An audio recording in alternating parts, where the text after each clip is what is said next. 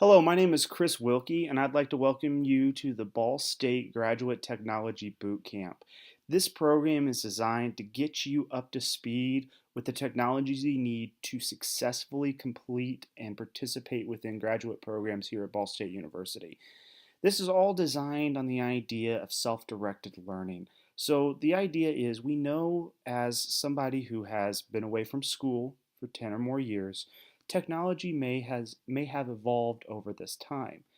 And instead of throwing you into a class with a lot of words like Blackboard, Google Drive, WordPress, where you may get confused and have some anxiety in the classroom, what this program is designed to do is give you the resources necessary to be able to quickly learn how to have a working knowledge of these softwares and then actually be able to use those within the classroom.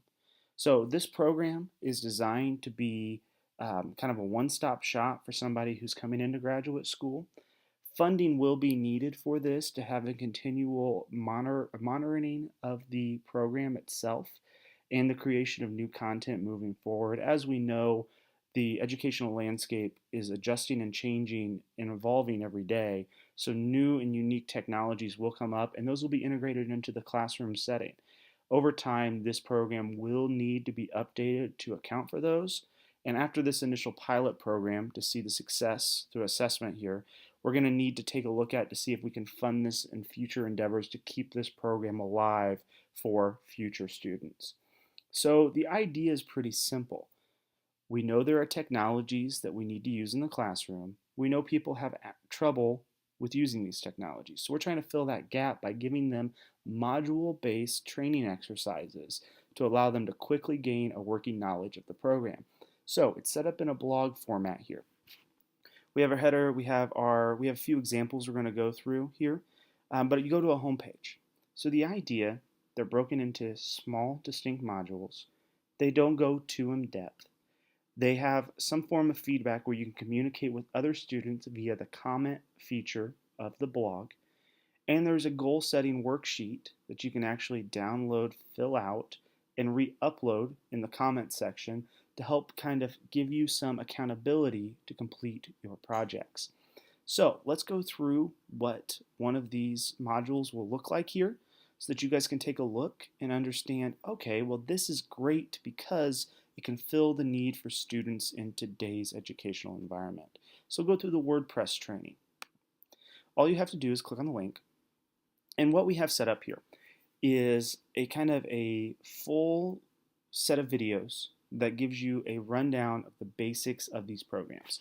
So WordPress, we have a reason of why you want to do it. So your objective. In order to create a blog, you need a content management system. So CMS stands for Content Management System. WordPress is the one that we use for this class, so I've documented how I've used this previously so that you can actually go through and quickly do it. So what we have here is we have videos that are actually screenshots, just like you're watching right now, where if you click on it, you'll hear it real quick. It says, "Hi, I'm Chris Wilkie," and these will be closed captioned to help with any accessibility issues.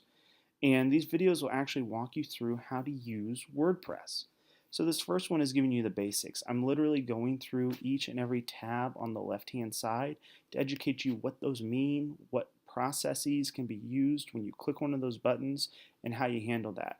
And I also go through by using a website and show you how I can adjust something on WordPress and what it impacts on the website here. So as you go through at the bottom here, I then actually give you an example of how you update information on a WordPress blog. So we know that once you have it created, that's great. But what happens when you need to edit it? As part of this program in this course, we've had to go through and add blog posts and edit those. This is really important information for those who have never used a content management system before. Next, we go into the difference between a post and a page. Anybody who has used WordPress in the past will know there's a difference. Somebody that's brand new will be very confused by this topic. So this kind of goes into an in-depth detail of what the differences are and how you can actually build that information architecture on the back end to help you set up a website that's easy to use, easy to navigate, and gets the content to the reader as soon as possible. And then literally at the end, we have a post where it shows you how to go through and create your first blog post on your site. So once you're done with this, you will have gone from not knowing anything about WordPress to actually having your first post live on the site. At the bottom here, you can actually share these with friends and family using the social sharing features here. But the interactive portion is where you can come in here and ask additional questions. You can pose things that you thought was interesting, experiences you had. Think of it of like a discussion board, but on the blog. So these are going to be part of every single module. So it actually becomes a wiki of great information for those students who are coming in and may have additional information to add. So it's kind of this living, breathing document. And the real big push is getting the content created at the front. So it's determining which tools we're going to be going over. We've decided to go over Google Drive and WordPress as samples in this like pilot program here. But we want to include tools such as Blackboard, WebEx, and a few other additional tools that may be common in the classroom that if you've been out of that educational scene for a bit, you may need to use. So we'll go real quickly at Google Drive. You can look here, same kind of thing, videos that walk you through different areas. And then back at the home page, as the blog develops, we will add in new information here, have some buttons to click through real quick to get to those aspects, and you can kind of provide your feedback overall.